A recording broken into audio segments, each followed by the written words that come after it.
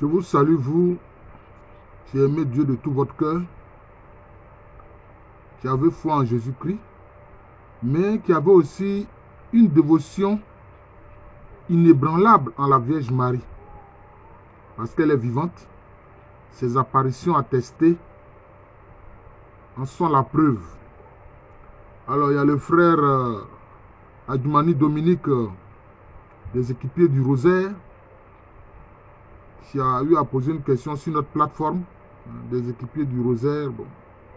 Pourquoi est-ce que c'est le 8 décembre que la fête de l'Immaculée Conception est célébrée? C'est très simple. C'est parce que c'est un 8 décembre 1854 que le pape Pie IX a proclamé la constitution apostolique Ineffabilis Deus, qui déclare que Dieu a préservé intacte de toute souillure du péché originel la Vierge Marie. Alors, voici ce que le texte dit. La bienheureuse Vierge Marie a été, au premier instant de sa conception, par une grâce et une faveur singulière du Dieu Tout-Puissant, en vue des mérites de Jésus-Christ, sauveur du genre humain,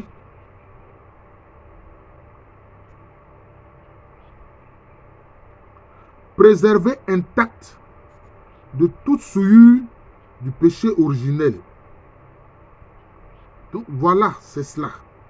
C'est-à-dire que cette bulle-là, du pape, bon, la bulle papale, c'est comme un décret, hein, c'est un décret. C'est le décret du pape qu'on appelle une bulle. Ineffabilis Deus. Voilà. Qui dit que Dieu a préservé la Vierge Marie du péché originel. Le péché originel, c'est lié, n'est-ce pas, à la désobéissance d'Adam, qui veut dire terre rouge, et puis Ève, qui veut dire la vivante. Et la Vierge Marie a été préservée de ce péché originel. Voilà. C'est pour ça qu'elle a appelé Immaculée Conception. C'est-à-dire que quand elle était conçue par Dieu, là, elle a été conçue pure de toute souillure, de tout péché.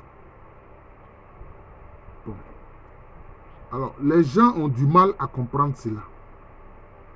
Mais si on estime et on comprend que Dieu a tout pouvoir, il décide de ce qu'il veut faire. C'est tout. Hein? Dans cette apparition, je dirais, de l'ange Gabriel à la Vierge Marie, hein? Qu'est-ce qu'il a dit? Quand il a dit, mais tu viens de me dire une nouvelle, mais moi, je ne connais pas d'homme. Comment cela va se faire? L'ange lui a fait comprendre que Dieu est tout puissant. Hein? Dieu est tout puissant et qu'il peut faire tout ce qu'il veut. Pourquoi est-ce qu'il a préservé la Vierge Marie du péché originel? Mais c'est pour qu'elle puisse accueillir sa parole éternelle. Parce que quand aussi on utilise l'expression de Jésus-Christ, Fils de Dieu, il y a certains qui ne comprennent pas. Jésus-Christ, de toute éternité, il est la parole. Il est la parole de Dieu. La parole de Dieu, là, c'est lui qui est le Christ Jésus. Il est de toute éternité, mais quand il vient s'incarner dans le sein de la Vierge Marie pour naître, alors c'est ça la personne de Jésus. Alors on dit Jésus-Christ.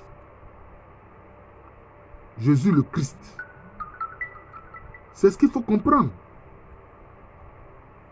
Mais vous pensez que Dieu, parce que la parole de Dieu, c'est Dieu. Dieu s'exprime par sa parole, même quand il se révèle à des prophètes. Mais les prophètes ne font que transmettre sa parole. La parole de Dieu est Dieu. Est-ce que votre parole n'est pas vous? Votre parole, c'est vous. La parole de Dieu, c'est Dieu. La parole de Dieu, là, c'est lui qu'on appelle Jésus-Christ. Quand il s'incarne, il vient sur la terre. Sinon, il est le Christ ou le Mashiach, comme disent les Juifs, de toute éternité. Maintenant, moi, je vous dis, vous pensez que Dieu va venir dans un endroit qui n'est pas sanctifié?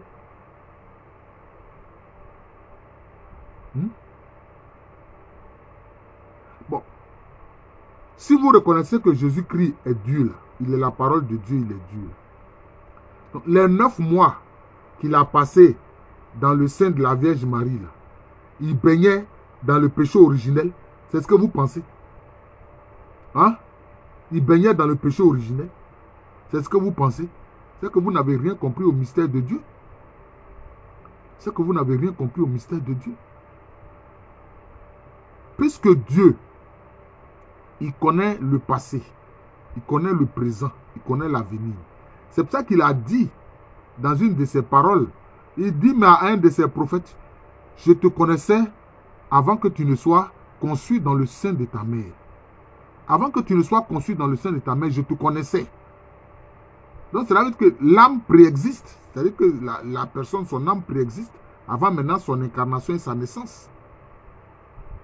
Vous voyez? De toute sa connaissance, hein, de son omniscience, voilà, c'est le mot parfait que je voulais utiliser. Il a décidé de préserver la Vierge Marie, de la garder intacte, hein, pour que sa parole puisse s'incarner pour venir sauver les hommes. Sauveur du genre humain, comme dit le texte. Voilà. En vue des mérites de Jésus-Christ, sauveur du genre humain. Alors, Adjumani Dominique, mon frère, c'est un 8 décembre 1854 que le pape Pie IX a pris cette bulle, Ineffabilis Deus, qui proclame que la Vierge Marie, elle a été conçue immaculée, préservée du péché originel. Mais écoutez, même ceux qui sont nés avec le péché originel, regardez quand ils touchent Jésus, ce qui se passe. Cette femme qui saignait pendant 12 ans, quand elle a touché Jésus, avec la foi que si elle le touche, elle sera guérie de son mal, le mal qu'elle avait depuis plusieurs années qui faisait qu'elle saignait en permanence. Qu'est-ce qui s'est passé? Jésus a dit, mais qui m'a touché? Les apôtres ont dit, mais tu es entouré de toute cette foule-là, comment tu ne veux pas que quelqu'un te touche? Il a dit, non, non, non, hein. Il ne s'agit pas de ça. Quelqu'un m'a touché particulièrement. C'est là que la femme-là est venue, toute tremblante, a dit non. Elle a expliqué sa situation. Alors Jésus a dit, oui, je vois. Il y a une force qui est quittée de moi. Il y a une force qui est sortie de moi. D'abord, c'est ce qu'il avait dit à ses apôtres. Il dit, il y a une force qui est sortie de moi. Voilà. Quand tu touches Jésus là, avec foi, là, il y a une force qui sort de lui pour régler ton problème. Cette force-là est sortie de lui pour guérir la femme qui saignait depuis, je crois, depuis 12 ans. Alors, de l'extérieur même, tu le touches là. Voilà ce que tu as. Maintenant, lui, il était à l'intérieur maintenant de la Vierge Marie pendant 12 ans. Hein? Et vous pensez qu'il va baigner dans le péché originel? Mais vous là même, c'est que vous n'avez rien compris au mystère de Dieu. C'est ça le problème. C'est ça le problème. Partout où Dieu est, la sanctification et la purification s'établissent. Je reprends, je répète. Partout où Dieu est là, la sanctification et la purification s'établissent. Seulement pour la Vierge Marie, Dieu avait prévu ça depuis longtemps. C'est pour ça qu'elle a préservé, il a préservé la Vierge Marie du péché, hein, pour que alors elle puisse accomplir ce rôle qu'il a prévu pour elle dans le temps et dans l'histoire, pour que sa parole éternelle s'incarne. Et donc ce dogme, d'ailleurs il est dit que c'est un dogme divinement révélé, que la bienheureuse Vierge Marie a été au premier instant de sa conception par une grâce et une faveur singulière de Dieu Tout-Puissant en vue des mérites de Jésus-Christ, sauveur du genre humain, préservé intact de toute souillure du péché originel. C'est un dogme divinement révélé. Donc vous voyez que le pape Pie IX, c'est Dieu qui lui a fait cette révélation. C'est Dieu qui lui a fait cette révélation. Et il y a des gens qui veulent refuser cette révélation. Or, c'est eux-mêmes qui prétendent à tout moment qu'ils ont des révélations de Dieu. Ah bon? Donc vous avez des révélations de Dieu. Mais le pape Pie IX, lui, ne peut pas avoir des révélations de Dieu. Moi, je ne peux pas avoir des révélations de Dieu. C'est vous toujours qui avez des révélations. Hein? Ma soeur, Dieu a mis à mon cœur que tu es mon épouse. Vous dites des choses comme ça, non? C'est pas ça. Vous dites des choses comme ça, non? Et maintenant, le pape, parce que lui, il est catholique, donc lui, Dieu ne peut pas lui révéler quelque chose. Dieu lui a révélé que c'est là. C'est pour ça qu'il a dit que c'est un dogme divinement révélé. Maintenant, il y a des gens qui sont contre les dogmes, comme les ésotéristes que je vois là. Mais le dogme, c'est quoi? C'est une vérité attestée. C'est une vérité attestée, c'est tout. Le dogme, c'est une vérité attestée. Hein? Donc, en toute chose où la vérité est attestée, c'est un dogme. Hein? C'est un dogme. Hein?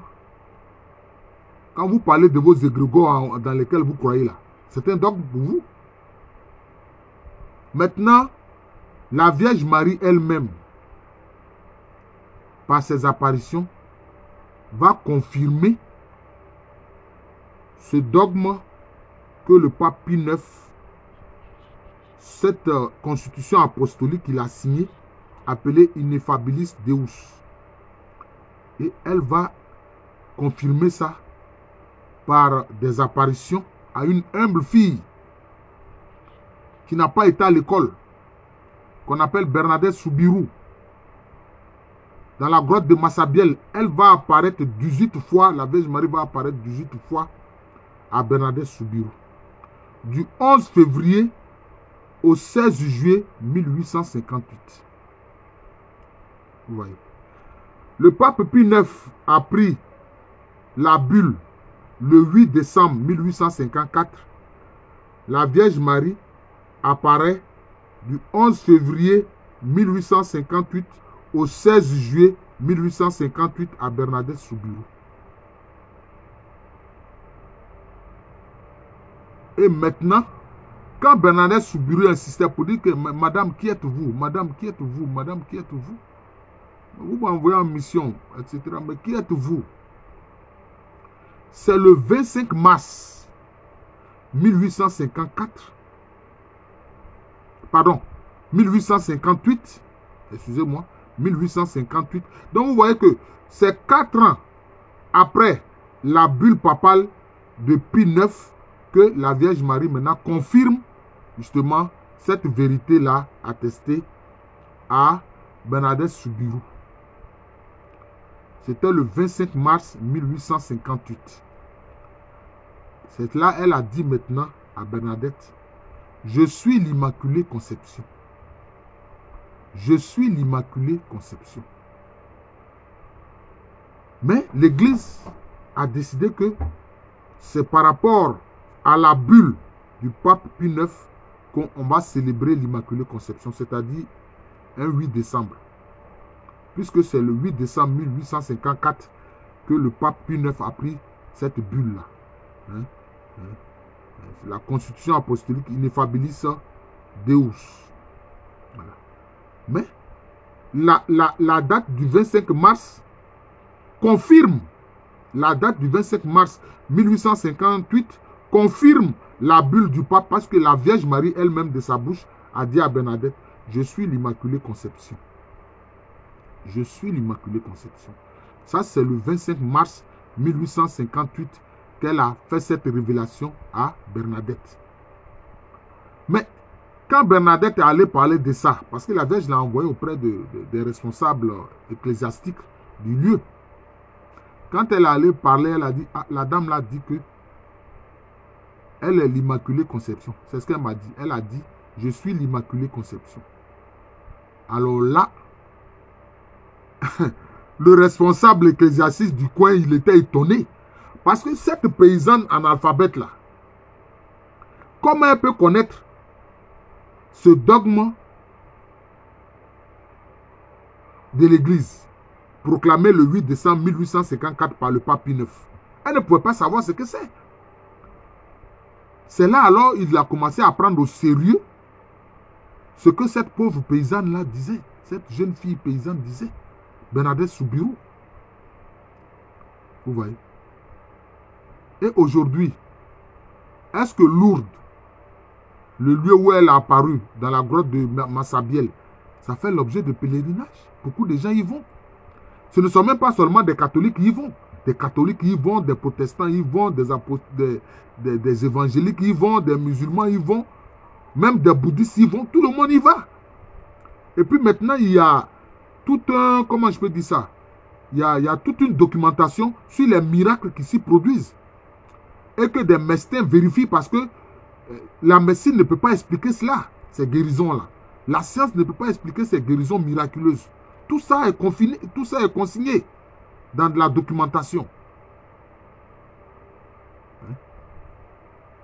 Et l'Église, par des enquêtes, a vérifié que l'apparition de l'Immaculée Conception à Bernadette Soubirous est vraie. Donc vous voyez que la Vierge Marie elle-même, le 25 mars 1858, a confirmé la bulle papale du pape Pie IX, proclamant le 8 décembre 1854 que la Vierge Marie a été préservée du péché originel et qu'elle a été conçue immaculée, c'est-à-dire pure, sans tache, sans péché. Bon, frère Adjoumani Dominique, je viens de donner réponse à la question que tu m'as posée. Voilà. Je suis le frère Jean de l'amour de Jésus. C'est mon nom spirituel et c'est aussi le nom de cette chaîne YouTube de moi, qui est appelé Jean de l'amour de Jésus. Mais à l'état civil, je ne suis que le petit professeur Alou Kwame René. J'enseigne à l'université Félix Houphouët-Boigny, au département d'histoire de cette université-là. Voilà. Je vous souhaite une bonne journée, une joyeuse fête de l'Immaculée Conception. Parce qu'en la Vierge Marie, nous devons nous réjouir. Voilà. Elle est une preuve attestée de la vie éternelle que le Seigneur Jésus-Christ nous promet. Combien de fois elle fait des apparitions? L'apparition de Guadalupe, ça date de longtemps avant l'apparition de Lourdes. Et puis maintenant, récemment, l'apparition de Medjugorje. Vous voyez. Que l'Église encore continue d'enquêter sur ces apparitions de Medjugorje là. Voilà. Donc, joyeuse fête de l'Immaculée Conception. Je salue tous ceux qui ont la dévotion mariale, les équipiers du rosaire, comment j'appelle cela même, nos frères là. Les combattants de la Vierge Marie. Comment je peux oublier les noms? Oh mon Dieu. Quelquefois, je suis bien malheureux. Voilà, je suis bien malheureux. Voilà. Donc, c'est cela. Tous ceux qui ont la dévotion mariale, je les salue. Je les salue. Voilà, je les salue. Je vous souhaite tous une bonne journée et une joyeuse fête de l'Immaculée Conception.